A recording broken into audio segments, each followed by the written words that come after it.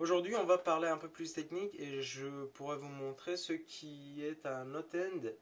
En fait, il s'agit de la partie qui se chauffe et la buse est là où le filament descend jusqu'à cette partie-là. Et là, nous avons notre hot-end que je vais vous expliquer qu'en fait, on a deux types de technologies pour emmener le filament de la bobine jusqu'à cette partie-là. Le premier que je vais vous présenter, il s'agit de Bowden. Bowden, c'est quoi? C'est des tubes, comme vous pouvez le voir, avec un diamètre très précis qui, qui partent de l'extrudeur et que le moteur injecte le filament par le biais de ces tubes-là pour arriver jusqu'à notre hot-end. Et le deuxième système, il s'agit de Direct Drive ou Direct Drive, qu'en fait le moteur et le extrudeur ils sont montés sur cette partie-là. Du coup, le tube il n'existe plus. Alors, quels sont les avantages et les inconvénients de chaque système? Parmi les avantages de Bowden Tube, c'est qu'on peut dire qu'il enlève la charge sur le carrière, sur la partie qui se déplace sur l'axe X. Il enlève la charge et donc c'est plus léger et c'est beaucoup plus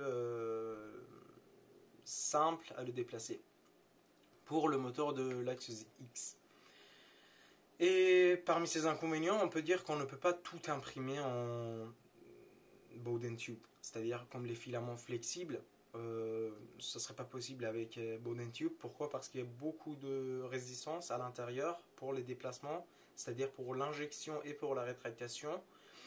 Et cela, c'est un inconvénient qui nous empêche d'imprimer de TPU ou de filaments flexibles avec ce système.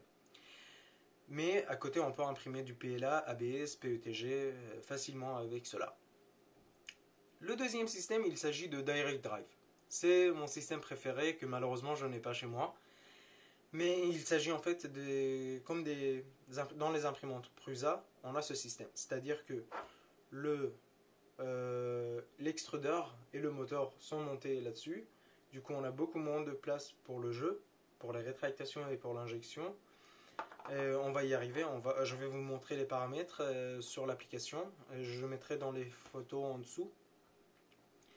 Et en fait, cela nous permet d'imprimer toutes sortes de matières avec, comme du filament flexible, PETG, PLA, ABS. Et l'inconvénient, c'est que c'est un peu lourd pour le moteur de axe X, pour les déplacements. Comme vous pouvez imaginer, genre un stepper moteur avec l'extrudeur sur un carrière pour le déplacer, forcément il y a beaucoup de charge. Et il y a un effet qu'on appelle l'effet de ghosting, c'est-à-dire sur sur notre modèle imprimé, nous allons voir des sortes de vagues. Pourquoi? Parce qu'il y a beaucoup de charge sur notre carrière. Et bien, pourquoi mon système préféré reste Direct Drive? Eh bien, parce qu'il y a beaucoup plus d'avantages que d'inconvénients. Parce que tous les inconvénients que je vous ai cités, comme la charge sur le carrière, peut se faire réparer à l'aide d'une certaine fonction qui existe comme du jerk. C'est-à-dire quand le moteur de X veut s'arrêter, il prend en compte une certaine jeu. Comme par exemple le jeu des belts, des courroies, qui fixe en fait notre carrière et il est connecté à notre moteur, le stepper moteur de axe X qui permet de le déplacer. Je vais vous le montrer bien sûr sur ma machine à moi parce que cela il s'agit en fait d'un système commun que toutes les imprimantes utilisent de ce que j'ai vu. Et je pense que c'est tout. Et je vais vous expliquer un peu plus en détail le PLA et ses avantages et ses inconvénients. Restez créatifs.